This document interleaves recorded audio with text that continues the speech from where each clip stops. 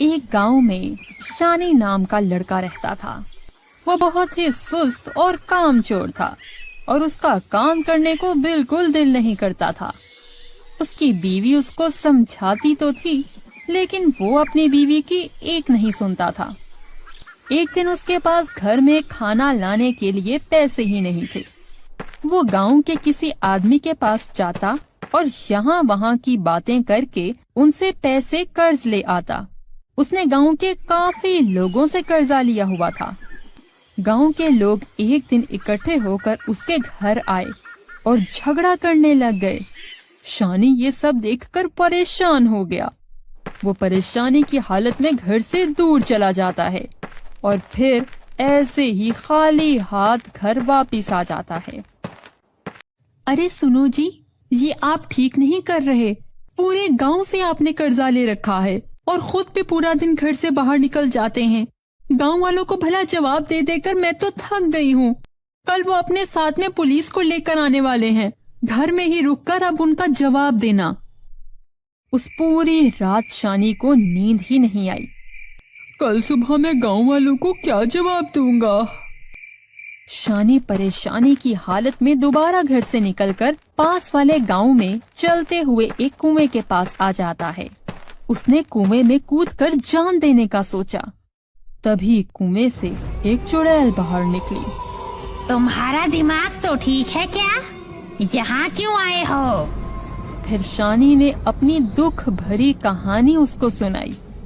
मैं कैसा आदमी हूँ इसका मुझे पता नहीं। मैं बस मरना चाहता हूँ, मुझे मत रोको।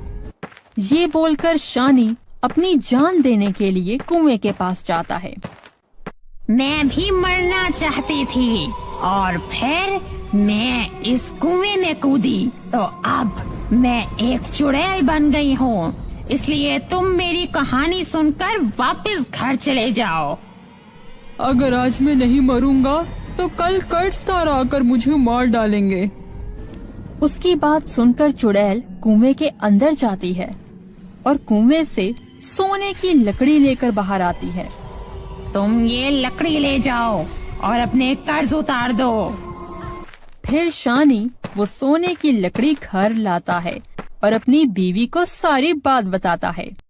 ये सब सुनकर उसकी बीवी बोली, आप बहुत बेवकूफ हैं। उसने सिर्फ एक लकड़ी दी और आप लेकर आ गए। भला और कुछ ज्यादा मांग लेते ना आप। हाँ, तुम जो बोल रही हो ठीक है, लेकिन तब मेरे दिमाग में ये बात नहीं आई।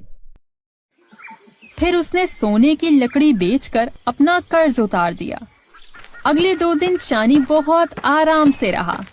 तब उसकी बीवी ने उसे आकर कहा, आज फिर जाए ना उस कुएं के पास, उस चुड़ैल से एक सोने की लकड़ी और ले आए। शानी फिर अपनी जान देने के लिए उस कुएं के पास गया। चुड़ैल कुएं से बाहर आकर बोली, तुम फिर यहाँ पर आ गए? तुम्हारा दिमाग तो ठीक है क्या? मैंने अपना कर्ज तो अदा कर दिया, लेकिन जीने के लिए भी तो पैसे चाहिए ना। वो तो मेरे पास नहीं है ना। चुड़ैल फिर कुएं के अंदर गई और एक सोने की लकड़ी लेकर शानी को दी।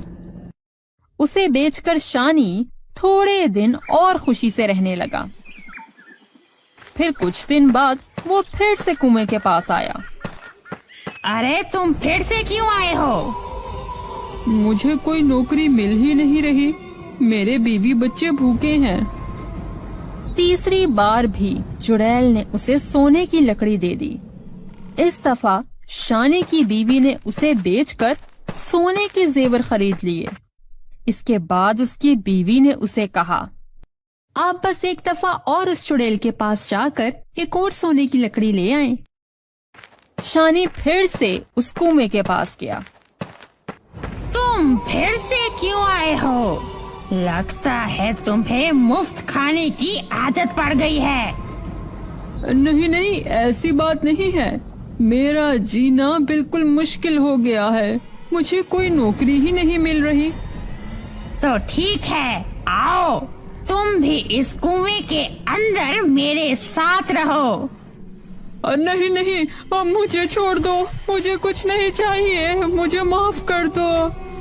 लेकिन चुड़ैल शानी की कोई बात नहीं सुनती और उसको कुएं के अंदर ले जाती है।